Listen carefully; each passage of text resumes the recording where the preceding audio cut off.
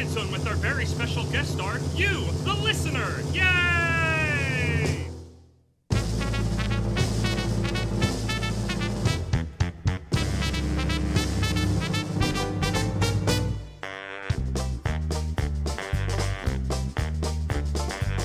It's time to fetch your headphones. It's time to check the mics. It's time to chat pop culture on the Kermit Zone tonight.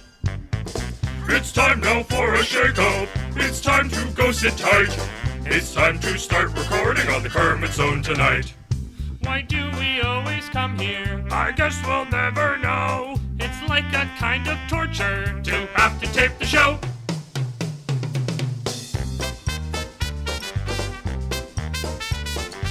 So now let's get things started. Why don't you get things started? It's time to get things started on the most sensational, conversational, observational, confrontational. This is what we call the Kermit Zone.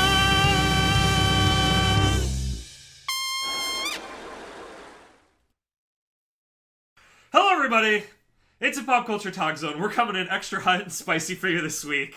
We're riding that lightning. I've got I should do some introductions. You can see where we're flipping all over the place. Hello, it's me, Kermit the Grog. This is my pop culture talk zone, where we talk about various pop culture topics or whatever is really rattling on our skulls. Let's be real. This is the throw everything at the wall and see what we want to talk about podcast stream. I'm the host, Kermit the Grog, along with my good friends who usually join me for these things. To my immediate right, Nova Rose. Hi. Keeping that energy high. And to my further right, wonderful, the terrible, but in an old sense and of a good way, Forward Progress. Hello! Hello, it's your boy. Gosh, it is. If you are still listening and you're not deaf, welcome. We have a lot of energy tonight, and accordingly, we decided to do a recording. Pray to whatever you pray to that we didn't do the original topic, because we would have not done a good job with it. So be excited for that in the future. So tonight, though, we are talking about parasocial relationships. Because it has come up a lot. You've actually, in fact, recently talked about it with the Keeping Friendship Magic VTuber episode. Mm-hmm. And we've run into a lot of things in our lives, more and more, that it is coming up. So I guess I will start asking the question, do you know what a parasocial relationship is? Yes, I do. Do you want me to define it, or do you want to... You can go for it. You're the science man. Okay, yeah. Granted... I haven't researched an exact scientific definition, but for the purposes of this podcast... And that's why it's a talk zone and not a Keeping Friendship Magic. Yeah. For the purposes of this podcast, we're going to talk about relationships that we as viewers form with personalities, whether it be in some, usually I guess some term or form of celebrity, whether it be an internet personality or a actor, musician, etc., where we feel we kind of know that person and have a relationship, and what happens to them has some kind of impact on us. Yes, I feel like that's a good definition. And these things, I feel like have become more important, in the last decade or more, as more and more like YouTube personalities and influences have come about. But like, this is a thing that's been happening for essentially since the dawn of television, maybe even radio. That people have made these connections because you're spending so much time with these people, but you're the one spending the time with them. I feel like this is kind of like a weird offshoot of that conversation we had last year about how it's like you build connections with characters in shows because like you're seeing their backstory and stuff. And I feel like this is like a weird alternate branch of that, of like these are real people, maybe performing a little bit, but essentially being themselves, but like you build these connections with them, and these, you ride their highs, you feel their lows, and you feel like you know them as people. So I guess we're exploring here. Let's everybody bring one example of somebody that you feel like you've made that connection with. See, I don't know if I would say personally on this one. I mean, to an extent, because I feel like I've managed somewhat to keep myself at a point where I have that barrier that I won't cross. But I have an example I want to use to talk about in this episode of somebody who's become very much a personality, and it's not necessarily, it is partially internet, but this is a big time actor. It all fits under it, so yeah, go for it. Who is it? Lay it on me. Ryan Reynolds. Ryan Reynolds, ever since especially Deadpool. Since Deadpool, Ryan Reynolds has kind of, first of all, the name Ryan Reynolds immediately evokes kind of like a thought in my head. And that's one of those things where, like, it's generally positive. A smile reminds me of something funny that either he's done or performance he's done that's been humorous. But he's kind of taken that essence of Deadpool and had this infusion of it into his own life. And part of that is, I think this was his personality to begin with. Like, he was perfect for that role. Let's face facts. He was absolutely perfect for that role.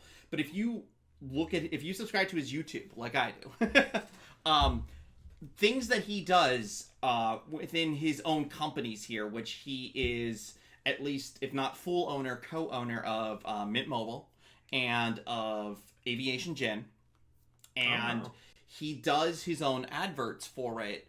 He stars in his advertisements for it, and they're always very kitschy, and he's doing these odd, weird little things. And he even does that with, he had a video he put out about trying to get into the role of Detective Pikachu when he was in that. And he had his actual wife, Blake Lively, do like a fake interview for it. It's highly entertaining if you want to see it. But it's kind of one of those things where, like, I'm invested in seeing what he puts out, I feel. And I recognize he's a celebrity. I don't really know him, but I feel like I get a sense for who this man is. And I also feel if anything ever happened to him, it would hit me. Like, it would hit in here. And it would hit, like, if we found out something terrible he did, I would also take hit point damage. That's a term we've used. I'm taking that is a term. Damage. You take hit point or soul damage. Yes. So that's one that just came to mind with this, because it's like, he does do things on the internet, which I think definitely adds up to this, and that's a conversation point we're going to have about internet interaction or online interaction with these personalities. But from a more classic sense of, this is an actor, a celebrity in a more classic sense. So I kind of wanted to point that one out, because I know we're going to bring up other examples here. Because I know Rose, I'm sure, is going to have some different examples here. Here, let's actually ride that, and then we'll get to Rose and my answer then. So I feel like running with that of, like you were saying, if something happened to him that you'd feel that, is I feel like the internet has formed like this, especially as we've had, you know, stuff like the Me Too movement and other people coming forward and talking about all this terrible stuff that people have done to them. Certain people that we put up on a pedestal of, if something happens, if X turns out to be a bad person, like, I'm just stopping to exist. And it's interesting that we have those, and I feel like it's like, what makes somebody to be put in that category, like your Tom Hankses or your Neo. I just had his name before. Keanu Reeves. Like a Keanu Reeves, where it's just like, if this person turns out to be a monster and nasty, it's just like, it's like some part of your own sense of morality in the world is attached to this human, of like, this human that I've never met is this like paragon of goodness in the world, and if they turn out to be bad, like, you know, I feel like that with anyone of small scale of people we know personally to that, but there's just something about these larger than life people that if they turn out to be no good, it like hits even more, despite the fact that you don't know them at all. Well, I know, because I know recently there was that thing from Reddit that was basically accusing Dan Avedon about doing stuff, and it's just like, I've always viewed Dan as just the most innocent teddy bear of a person, that it's just like, I want to hug him for how pure and innocent this man is, and then it's just like, the possibility that like he was like no good, it was just like, that hurt. That one hurt so a lot. Much. That was actually one of the original inspirations to do this episode. We wanted to do it for a while, but that kind of put that extra spin on it of these people we form these connections with that are technically one-sided when things go sour, and just like how much it can still hurt. Now, granted, it's come out that the person that made that post, obviously, like, they didn't do their research, so it was kind of bullshit, so... One of them legit said they lied. Yeah, yes. So, huge sigh of relief, but, if that was, although the fact that, you could argue that the fact that, he was having relationships with fans, that kind of is, like, this weird subject, but then again, musician, that's kind of par for the course, although that does kind of make it so he's not quite as innocent to it's complicated. And that's part of the thing, though. And this is a thing I think we've kind of had that discussion about where the line gets drawn with interactions when you become a personality, and at what point of becoming a personality does that power dynamic shift? Because there's people like, we do this little podcast. We do a couple little things. We go to conventions and present and such. And I'm just a guy. Like, I'm just me. I never look at myself as any bit more. But I've also talked with people who have gotten nervous talking to me or wanted my autograph or my picture. And it always is, like, so weird to me because I'm just like, dude, I'm just a guy. You presented in front of hundreds of people. Yes. I get it, but but I guess that's the thing of it'd be weird for me to think that I would have power over somebody in a sense, but some people might view that, and that's a difficult bridge to walk, and I guess that's the thing that's really difficult when you're looking at this, because it's so easy to look at it from the outside and say this person was using their power and advantage to take advantage of somebody else. And they might not have ever viewed it even in themselves. And it's like I'm not saying that doesn't happen. And trust me, there are people who, there are real issues in this world with grooming. There are real issues with abuse of power.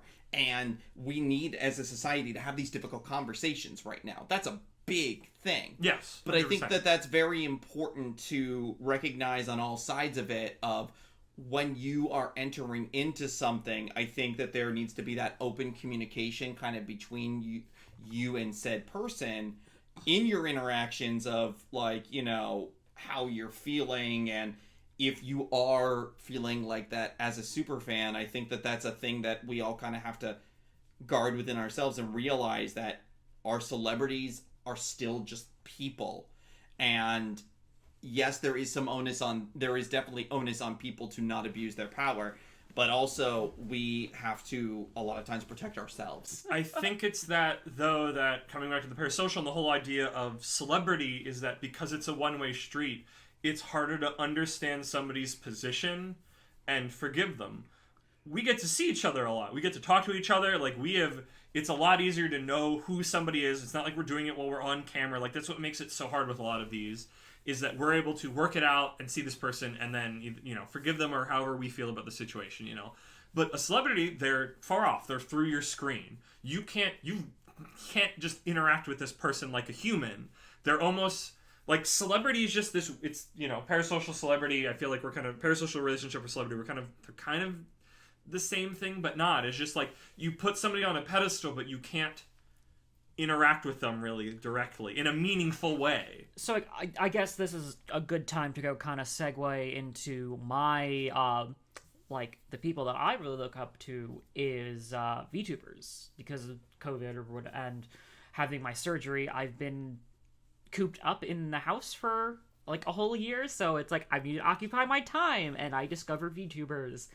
Now it's so interesting because there's so many varieties. Now I talked a little bit in the VTuber episode where I started with HoloLive, and the interesting thing about HoloLive is they're classified, like, while they are VTubers, they're also classified as idols. And if people because I know idols is very big in Japan, whereas we don't really do that in America. And the interesting thing with idols is they can't do anything wrong. Like, they can't swear, they can't do any kinds of drugs or drink, or it's freaking crazy. They have to go be these perfect humans, which I don't know how anyone can survive doing that. Well, in the idol industry, either you get spit up your shoe out or whatever you're doing never sees the light of day. Like, if they get a boyfriend, if they get a significant other at all, that is not hitting the news. That is, like, kept freaking Black Ops secret. Now, because it messes with your marketability, because that's all what it's about. Now, thankfully, like some of Whole Life is like they're a little bit more lenient than like true idol culture, but it's still one of those things where like you look at say like the American VTubers where like they're swearing, they're talking about sexual topics left and right, and they're just having a blast. And I've noticed that I myself gravitate more towards those types of VTubers just because they feel more relatable to me, because like I classify myself as kind of like this gremlin human that likes talking about like sexual things all the time and makes sexual jokes, and I'm very crass, but you're also like, you know, but that's the thing about this that's the clear thing to keep in mind is it's not a one or the other thing.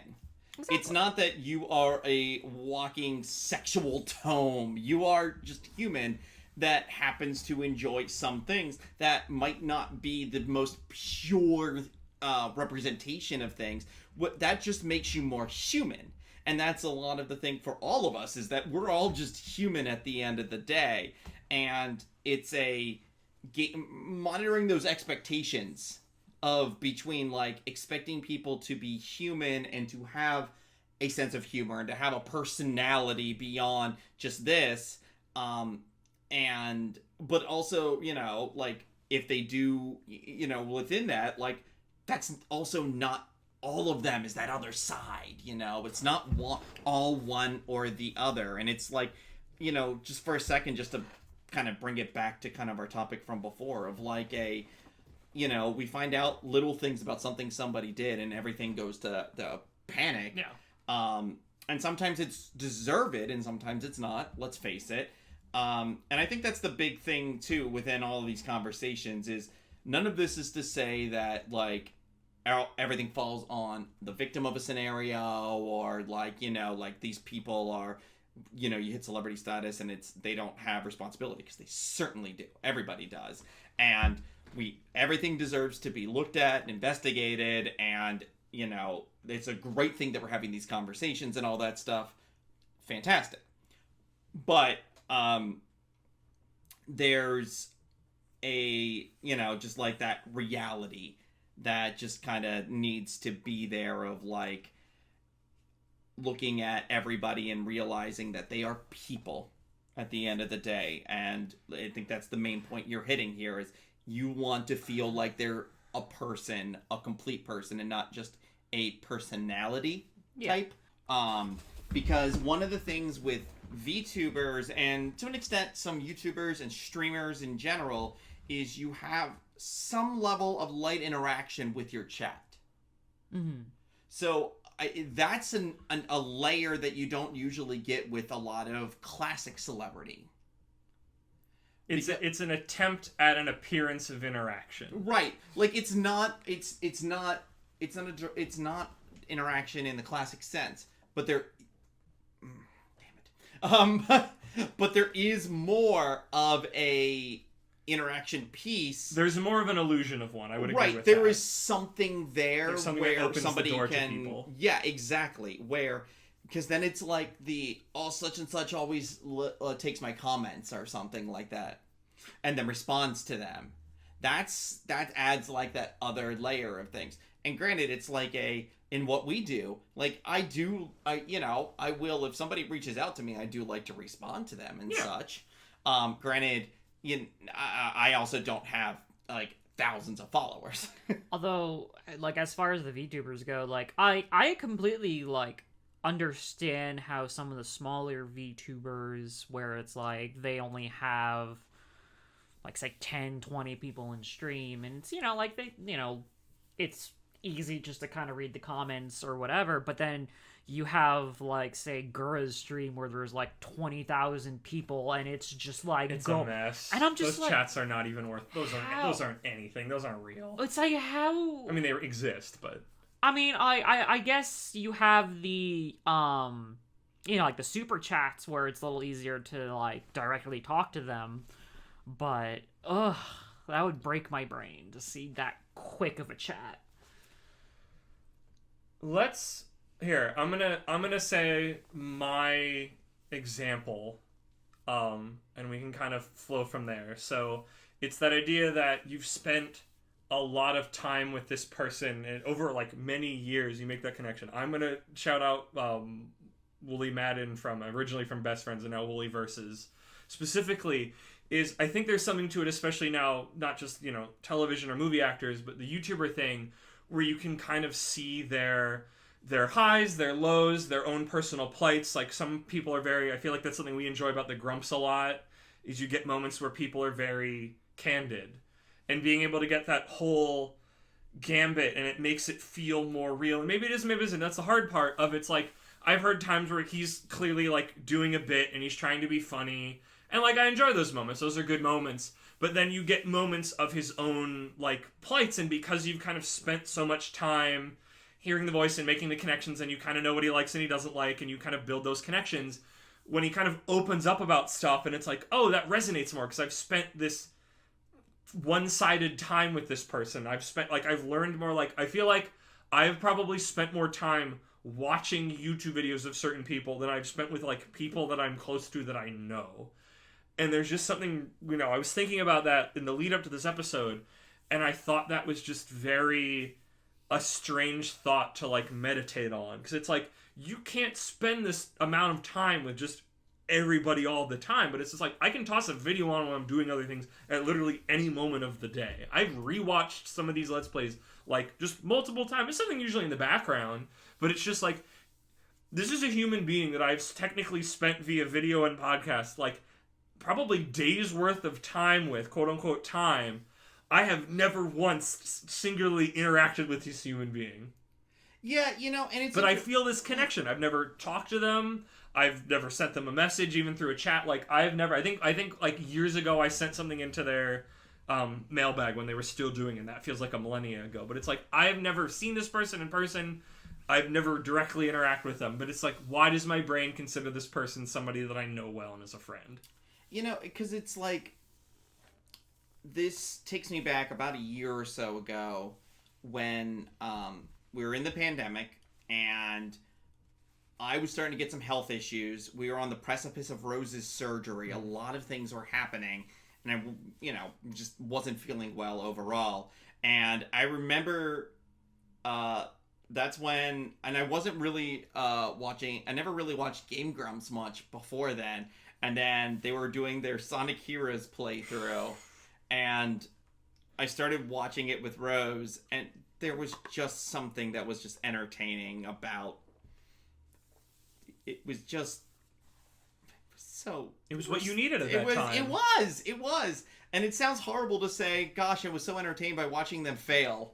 But it was entertaining. You don't go to the Game Grumps for good gameplay. You go for the bad gameplay, because that's... Well, you go for the humor and the comedy and the candid conversations. Exactly. Yeah, like and what you were saying. Those moments, because you don't always have those with people, because it's like especially when it's like a team or things, like you're getting this little window into this friendship. Like, I feel like not even just to the singular person, you get to like voyeuristically peep in on a really good close friendship that maybe either you don't have or you don't have at the moment or whatever. Like, it's this... I feel like that can sometimes help it along. Is just like, I'm kind of along for the ride for these two real... Like, that's what one of the strengths of, like, Grumps is. And Best Friends, when it was still running in a lot of their kind of splintered up stuff, is that, like, you get to sit in on a really good friendship. And there is something kind of a special magic about that, especially if either, like, again, you don't have that, or you don't have that particular, like, flavor of good friendship or whatever, and there's something kind of, because they're such good friends, like the Grumps, like, you get to just fast forward directly to, like, they've spent so many hours together that they can just fast forward directly to, like, having, like, deep conversations that you wouldn't just be able to have with anybody. And, well, this is, and, like, for me, like, it was entertaining at the right time for me, and so now I've been watching, now it's like, now that they've been doing Mario Maker lately is the time of this, like, we watched that on my lunch break. It's like a thing to look forward to on my lunch break is watching the Mario Maker video of the day. So that's become a thing. And to your point of like, I haven't seen a lot of my real life friends in person in months. But I get to watch this on the daily. Daily. Yeah. These human beings that we have never seen, we have never interacted, but we feel this like deep connection with. Here's a question. Have you ever had somebody who existed in that space as parasocial or celebrity and demystified them by meeting them personally? Kind of. Okay. Here, you share your story and then I'll talk about mine. And it's just by virtue of doing the convention scene like we do. Because we've gotten to have a number of very talented, amazing voice actors do content with us.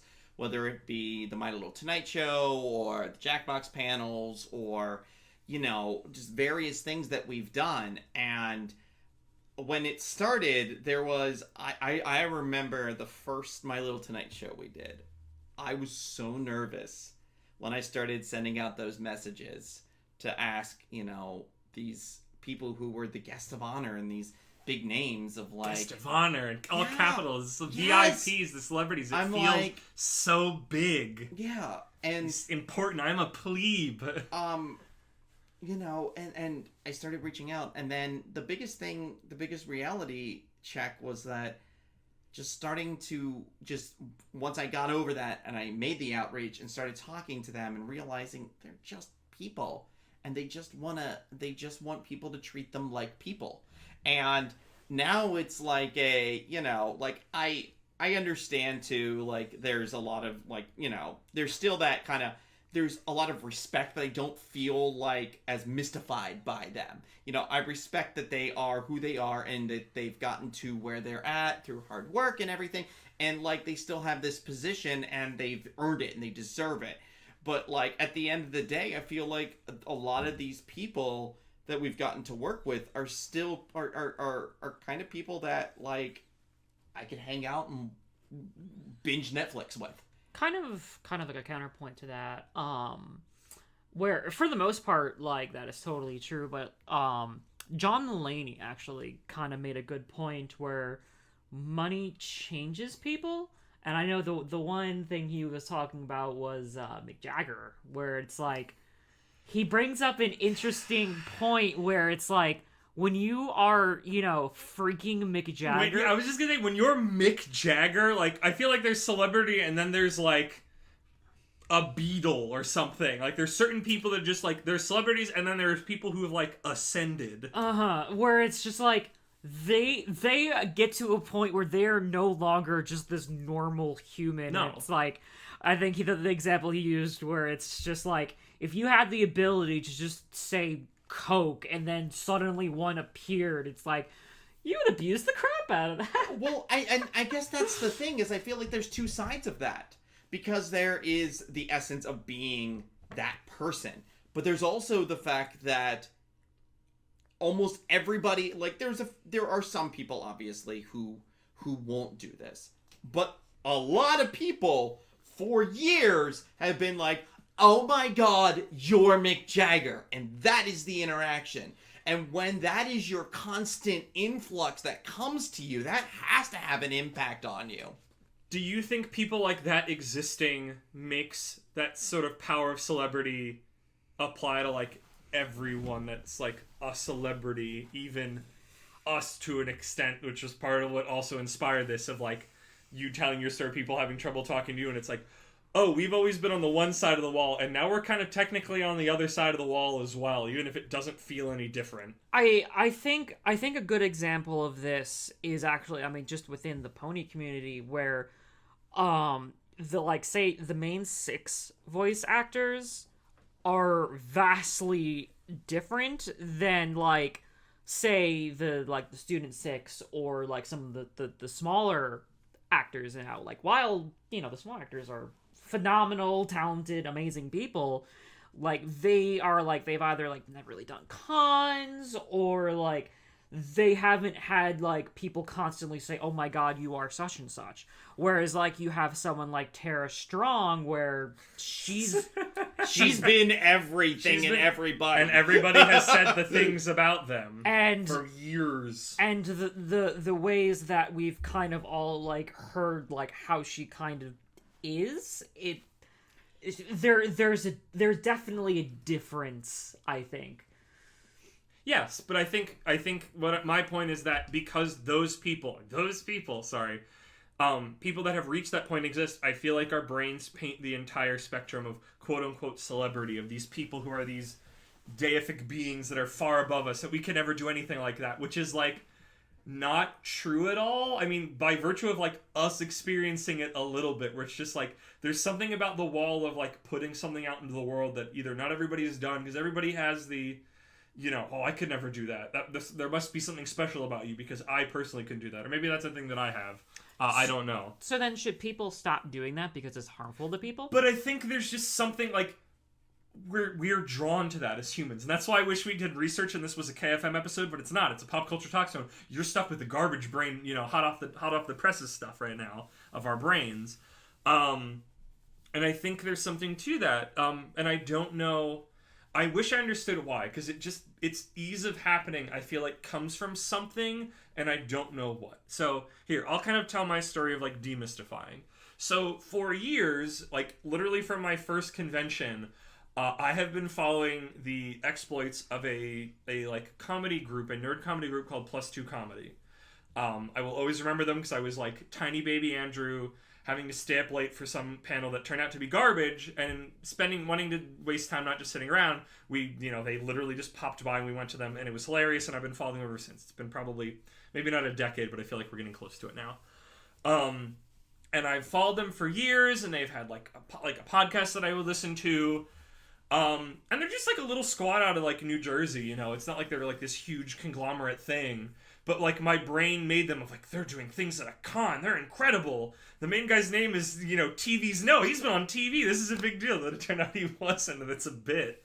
And I love him. I love him to death, but it's like, I'd see them at cons, and I'd, like, send stuff in, and I'm just like, they're doing con stuff, and they've got a podcast, and it's like, wow, this is insane. How are they big, like, such big shots? And I made them this such, like, big thing. And I think there is something, too, to the extent of, like, knowing that it's a parasocial relationship. Of, like, I hear your voice talk to me every week on a podcast. And my brain just goes, you're something different than just a normal human. Which is not true at all. Freaking, like, Noah's now, like, my buddy. And I, like, join him on streams during the week. And, like, I've had conversations with him. Like, he's just a dude. Like, we're all just people. But our brain seems so keyed in on creating this... separation, like, that I had to take time to make sure I had to take mental time to make sure I tore down this stupid wall my brain built, treating this person like this, like, deific other, which is, like, it's another dude making stuff, like, he's just like me, he's just like all my other friends. It's like, he's doing con stuff, he's got podcasts going, and he's not some this, like, giant, conglomerate. He's just, like, a dude who's passionate about the stuff he makes, and that's awesome. But there's still something in my brain that goes, man, he's the guy that I hear on a podcast every week. It's like, you can hear this idiot. I'm gesturing to myself for the audio listens. You can listen to this idiot every week on a podcast too. And I don't think I'm really that special in that relation. So it's like those moments where it's just like, why did my brain put this person on a pedestal? I mean, he's a cool dude. I do not want to freaking, no, he's like a really cool friend. I want him to be my friend. And he is. But, like, there's, like, gosh, I wish this was a KFM when we did more research, because, like, I want to know that answer. I don't know. What do you think? I might be tossing you in the deep end right now, but let's, KFM is not about thinking always. Sometimes it's about feeling and gut takes. So, there's definitely, like, there's an old adage that perception is reality. And that's a big thing. And it hits in so many different ways here. Our reality is always a little bit different from everybody else's because it's all within what our brain is perceiving, and your brain is constantly fighting to maintain your sense of self. So you will perceive people and things in certain ways to maintain that. So when you go into that kind of interaction with people and you're perceiving them a certain way from the get-go, it can easily build upon that. So where your initial interaction would be seeing them presenting at a con, where that everything you were saying about like the way they presented themselves and the monikers and all this stuff, it's like within your world view that was, you know, up there, and that was kind of like something that made them that step above. And not saying that it's wrong to think of them as kind of special within that, because there's a certain level of that, you know. People deserve to be respected for putting in the work and getting to the place where they've gotten to. Agreed. That's 100% a thing. I think there's that kind of that fine line of being a fan and being a fanatic. Yep. And that's a tough one to follow, to kind of a line to walk. And I think a big thing that we've all gotten to be very much just part of this community and see this thing is the very concept of horse fame. Is there's, you know, these individuals who have gotten, you know, big within the brony community and what it means. And there's been a lot of back and forth between people over the years about what it means and what people owe to the community and owe to themselves. Because I've seen things, and this is not generalization, I want to be clear, like I'm talking about individual posts from people and such, but I've seen things where people have actually been like just kind of giving crap to musicians who kind of got bigger within the pony community and then branched out from there, and it was like, well, they owe so much to us. And it's like I mean, that's in any music community where somebody kind of outgrows the space they start, and you're like, they want to do something else, and you feel like you lost them. I feel like that's happening in real time with Two Snacks right now, and my personal connection is they kind of stopped doing pony and they're doing more VTuber stuff, and it's really popular and it's really funny, and it's like I like what you're making before, but it's also like you're finally getting the popularity I always wanted you to have, and it's this sort of like complicated feeling of like you're incredibly talented and I want you to have the recognition you're finally getting, but I'm sad you're not making the thing that was my favorite thing. One thing that I specifically remember, like early fandom and even like toward the later, is like I saw way too many comments basically be like, you belong to the community and you wouldn't be here if it wasn't for us, essentially. Those are always, unless like they've actively like 180'd and dunked on you, that's kind of gross. Life is all about adaptation and evolution. If you don't adapt, you won't survive. You gotta skate or die. That's what it's about. You either skate or you die. Now, that being said, it's the point you just said about making a 180 and dunking on people is there are ways to appreciate the community that have helped you grow and not abandon them, but still being true to yourself and evolving and presenting it out there. And sometimes it's been a little difficult because some people have had to make some difficult decisions out there when you start growing and you get legitimate like offers from companies and such, and you kind of have to start making changes based on that. And that's a whole complicated world of legalities that we don't have nearly the time or the legal knowledge to get into. Well, that's I remember. I mean, I don't know where they are now, but there was a pony musician that I used to follow called Mackin. Macon. I don't know exactly how to pronounce it, but they eventually ended up having to basically delete all of their like specific pony music off of their channel. I've run into those too, yeah. But it was because they got I guess like a deal to like do like a game or something like that. Like they got some kind of deal, which it's like you're happy for them because like holy crap, like they're moving up in the world. But at the same token, it's like, but I really liked those songs and I didn't download them. And that's one of those things, and it's, I'll be honest, it's a separate episode to talk about that kind of that line between where being a personality and being able to do things on your own and also being in a business, that's that's another episode. That's a whole thing within itself. Because there definitely it needs to be flexibility, I think, with everybody to be able to fly and touch on different projects. Because even though, like Rose and I did a lot of stuff in the Brony community, but we aren't just horse people, We watch anime, we play video games, we have presented at multi-fandom conventions, we have presented on a number of different subjects that aren't just pony. And, we will always be thankful to the pony community and always be a strong part of it. As long until the day I die, I will be a fierce brony. But I'm also more than just one thing. I'm more than just a one-trick pony. To just use the pun. And we all are. And I think that's a thing to remember about anybody that you have that quote-unquote parasocial relationship with.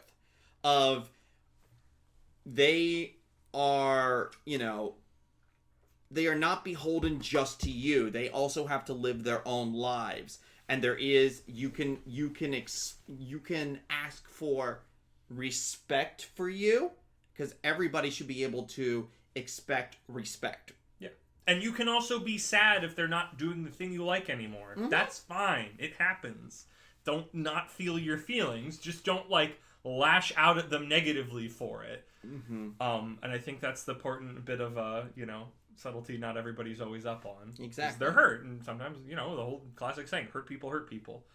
Forward, I actually wanted to go a little bit back on a topic you were saying, the kind of something I've tackled, grappled with in myself. You were saying the idea of you're maintaining your concept of self, and that kind of stuff. Would you say that seeing something that you thought looked cool and doing it ever really felt like the same thing? And this goes in that whole perception as reality. Did you ever go, wow, that seems like a big unmountable goal, and then you did it and it didn't feel as big as it initially was perceived?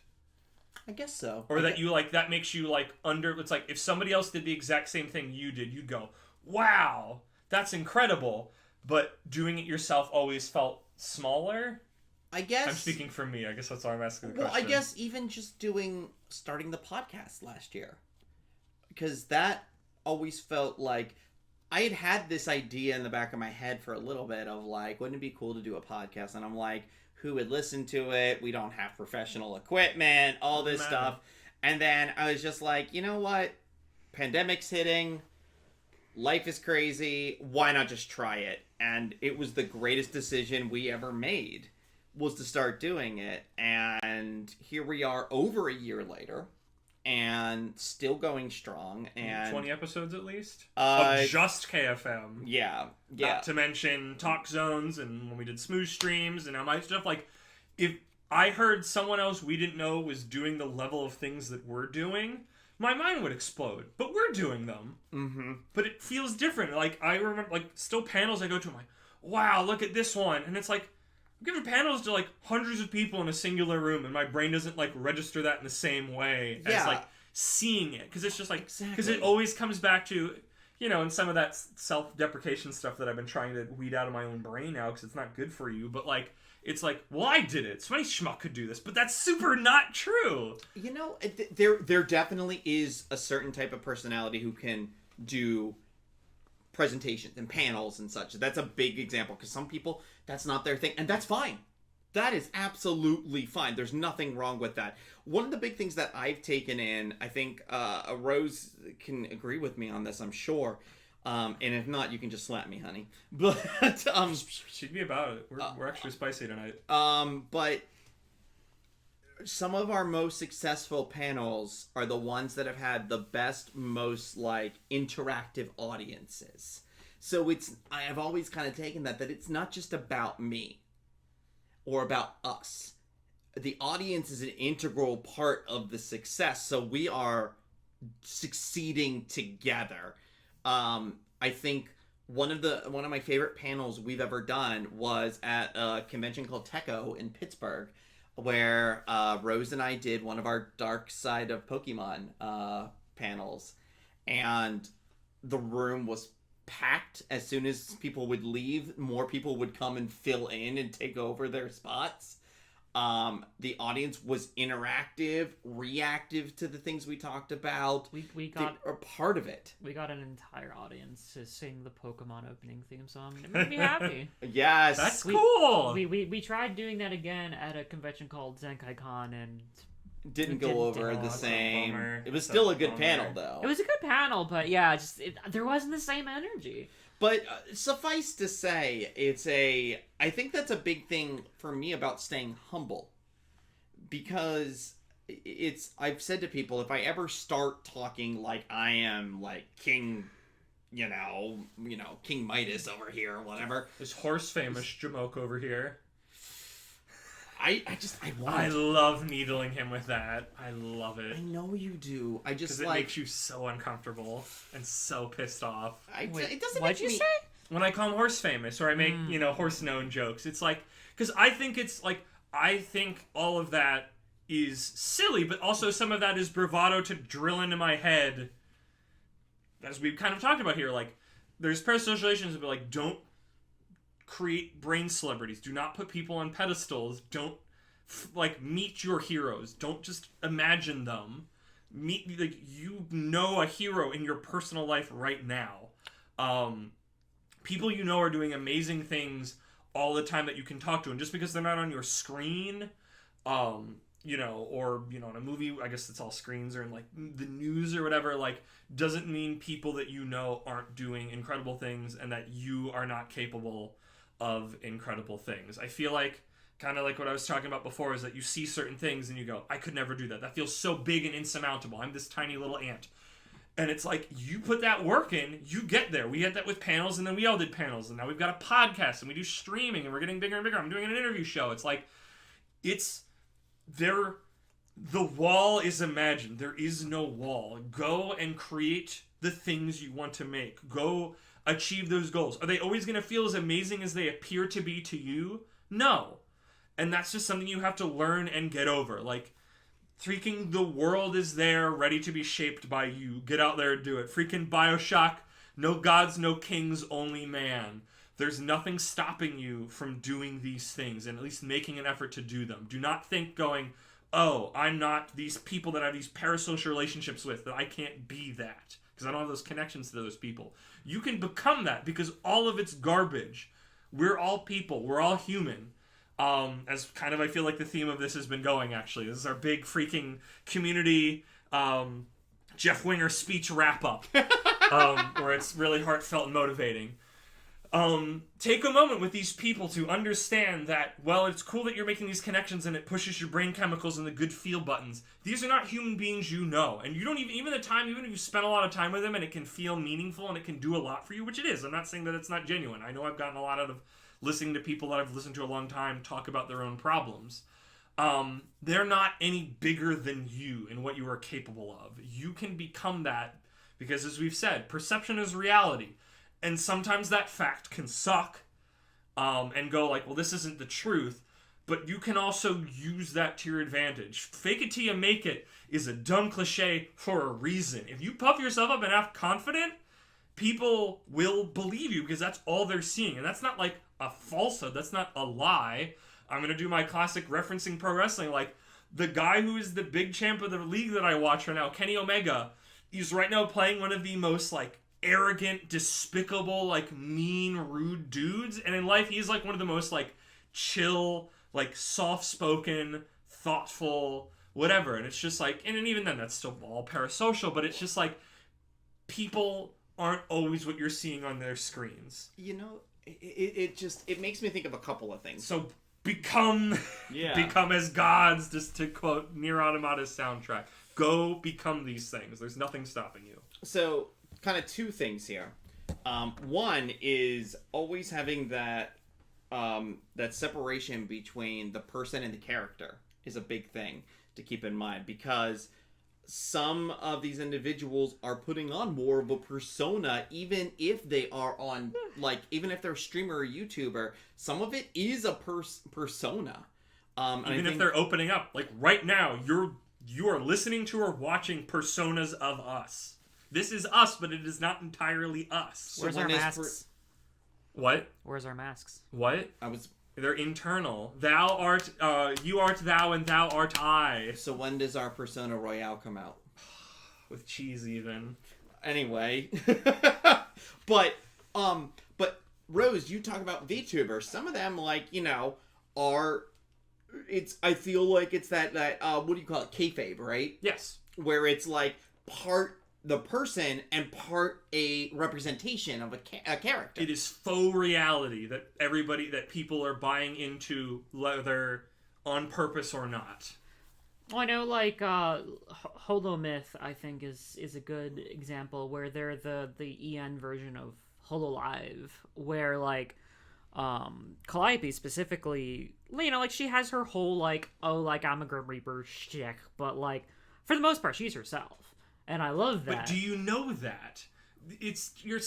Your relationship with another human being will always be different than one when you're watching somebody on film, because people are just different on film. We're different right now. We've been you remember back almost an hour, we should really wrap this episode up soon, when we were totally, like, we were different humans. Practically. It feels like completely, because we're on camera and we have, like, a goal and we're doing things. We're not just sort of being. Even if it feels like that, it's not fake, but it's still not the whole picture, I guess, is what I'm trying to get across. I mean, I'm not making constant sex jokes, but... I like the way you said that. I'm just very, yeah.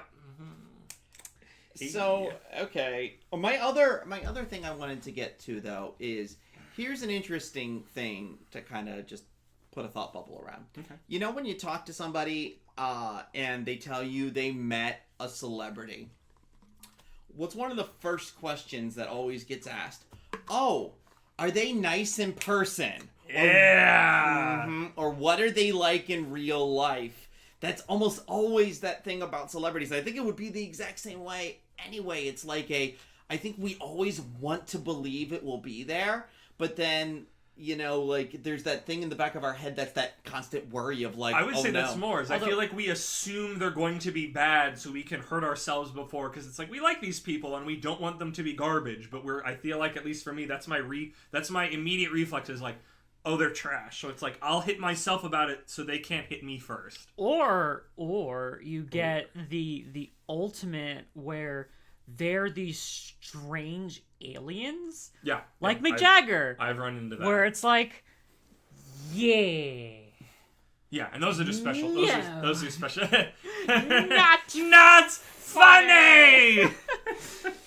I think that's just magical people. I don't know if that's necessarily... It's just, they're like these weird enigmas where you can kind of see, like, how they got to that point, but at the same token, it's like, they don't act like a human. Yeah. It's just like... That's also a whole other podcast. Yeah. But yeah, I guess that's the thing of, like, I think we build up what we want people to be. Yes. 100%. And sometimes it's going to match that, and sometimes it's not. In big scale and small scale, because I do that to girls that I think are pretty, and then I'm an idiot. But I guess the big thing is managing your expectations of people and realizing that they're human, and that, you know, they're going to be human, and sometimes you. Yeah, but sometimes they're gonna surprise you in a good way. Although then I think another example of what I was talking about is our permanent TrotCon attendee that just never leaves, Ellie Ray, where she's a literal goddess. Like, how else do you describe her? She's amazing, and just, you know, and has been always delightful to work with.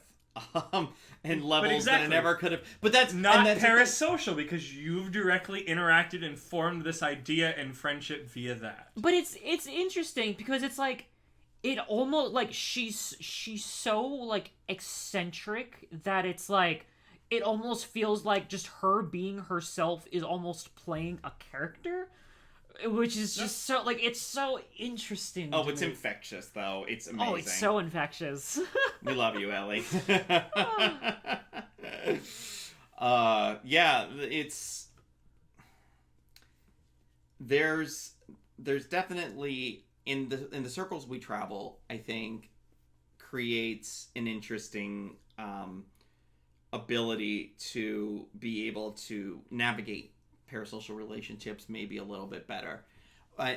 With conventions being as popular as they are in our lifetime. Because I want to say that, you know, like 40, 50 years ago, yeah, you had a smaller convention scene, but it really has built up over the years to be what it is today, where it's not just the sci-fi convention anymore, you know, or just anime. There's a whole gamut of stuff, and there are personalities and you know, celebrities within those communities who do a lot of them and love it and love the fan interaction.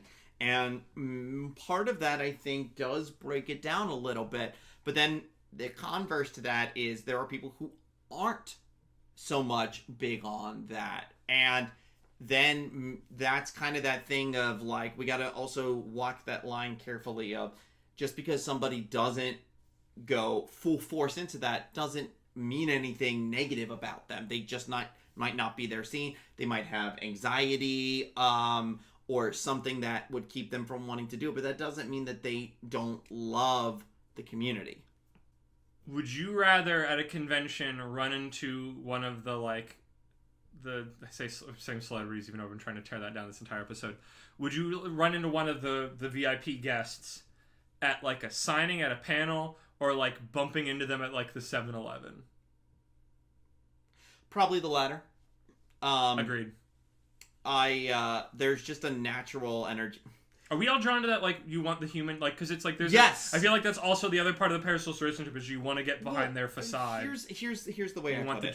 juicy realness, brother. I have a couple of autographs around here, but it's not something I seek out normally. Because it's meaningless. Because it's like, that's just words on paper.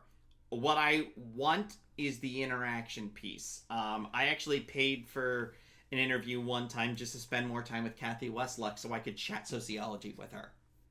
And that's exactly what we did. We chatted sociology at a table at PonyCon years ago. And it was delightful and a great experience. And then at the end, I'm like, I guess I should have you sign something.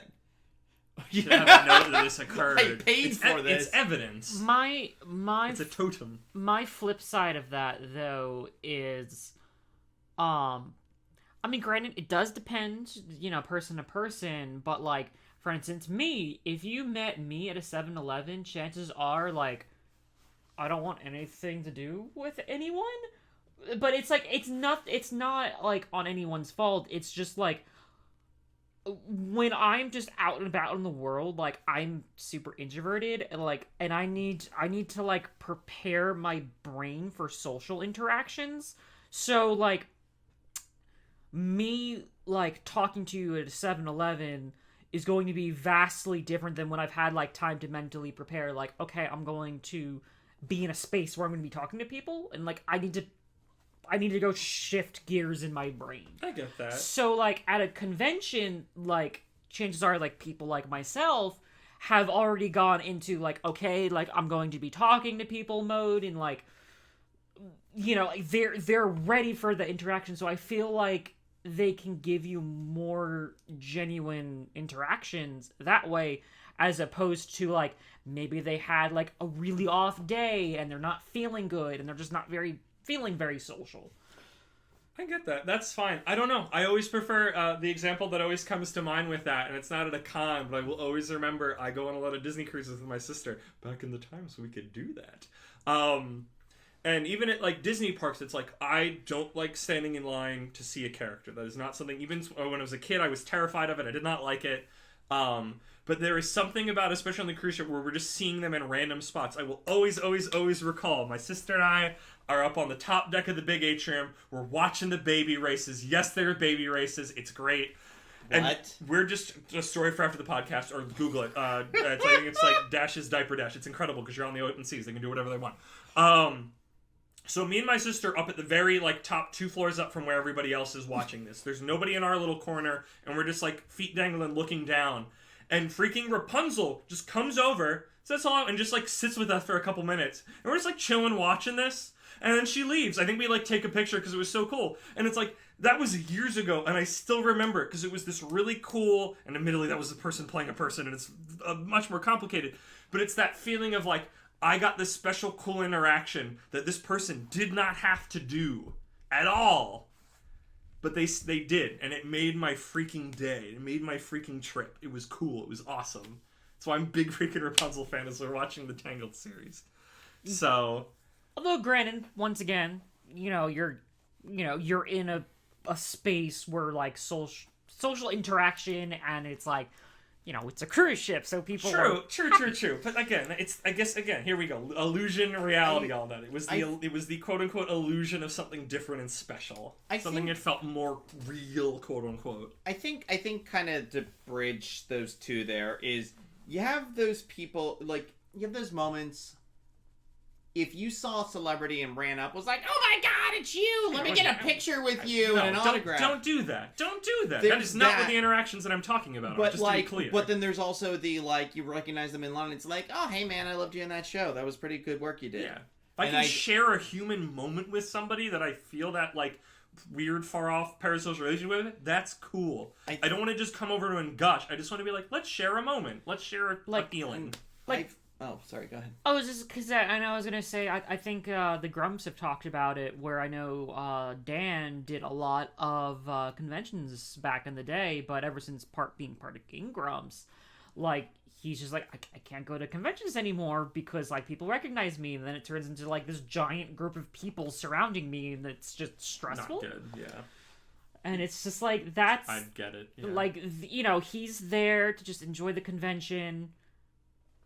I'm checking the time, I'm sorry. Okay. So yeah, he's there to go enjoy the convention, and then it's like, you constantly have people, like, bugging him. Because that's the thing, it's like, one person bugging you is like, okay, that's whatever. Yeah. But it's one of those things where, like, you're not following them the entire day, so chances are you saying something to them, it's like their 500th time just in that day of someone saying something. Okay, so, interesting story I want to tell quick.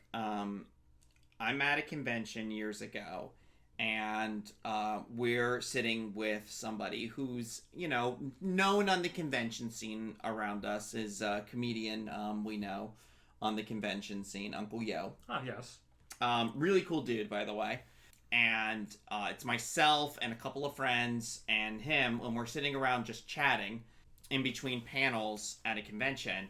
And there was somebody who was walking by, and they were getting out their phone, like, to take a picture. Like, they saw him and was like, oh my gosh, it's him. And they were just going to take a picture without saying anything. Pokemon and, like, Snap style. There was a moment where, like, I think, like, we looked at him, and he realized what he was doing, and then he was like, oh, is it too late to ask if I can have a picture? Did I mess up too much? And at that point, it was like, yes, yes, it is, because you kind of broke the social contract essentially.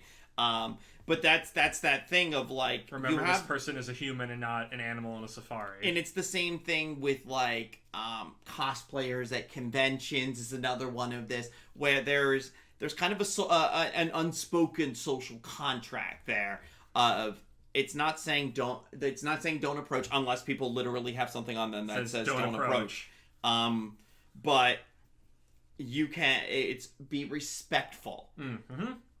Be respectful in your interactions. A lot of times, as long as you are respectful and you treat people like people, like a human gosh dang being. As the saying goes, cosplay is not consent. Yes. Well, and I for haven't heard that phrase in so long. But for so many other things, there's so many things where just our existence does not imply consent. Yep. In many different regards. So, just be respectful. Be respectful of yourself and others in interaction. I think that's just the crucial thing here. And just remember, like, it's great to have heroes. It's great to have these relationships and people to look up to. And it's totally understandable that you form kind of an emotional attachment to these people in this parasocial relationship. You know, it really knocked Rose and I down when we, you know, found out about some things that happened. Like, we watched a lot of Rooster Teeth content. And then, you know, there were a couple of guys in Rooster Teeth who were found out to be doing some really unsavory stuff. And were let go and everything came out. And it really hurt for a bit, you know, because it's like you feel lied to, you feel betrayed. Thankfully, you know, the situation was taken care of. They are no longer in those positions anymore and all that. But you take that hit point damage and everything. So yes, you can still have those relationships and that, but it's also, and it's okay to have those moments. But the thing for us too is we've realized, like, that wasn't the end of the world for us either. Like, we've moved on. That we still have things we do and content we watch, just not with those people, of course. Granted, they're not making content anymore, for obvious reasons. But that's the thing of, like, a managing your expectations in life, but also enjoying the ride as you go. I can dig that. Rose, do you have any closing remarks? I think, kind of going back to what I was saying, before you interact with someone, just stop yourself and ask, is the way I'm about to approach this person going to ruin this person's day? If the answer is yes, maybe don't. Have a thought in your brain. Yeah, just be respectful. Yeah, that's kind of all I have to say. I guess to close this up, people are people, no matter who they are, what you perceive them to be. They are all human, just like you. And do not meet your heroes, become them. Thanks for joining us on this Pop Culture Talk Zone. I've been Kermit the Grog. I'm Neverending. And Forward Progress. And we'll see ya next time. Yeah. Woo! Why aren't we fading out? Fade this out, forward! A huge thank you to our patrons, SamuDash, Jason Kuzmak, Statman Dan, NeverendingNerd, Riftwing Designs, and Frenchie McHugh. Without your support, this project wouldn't be possible.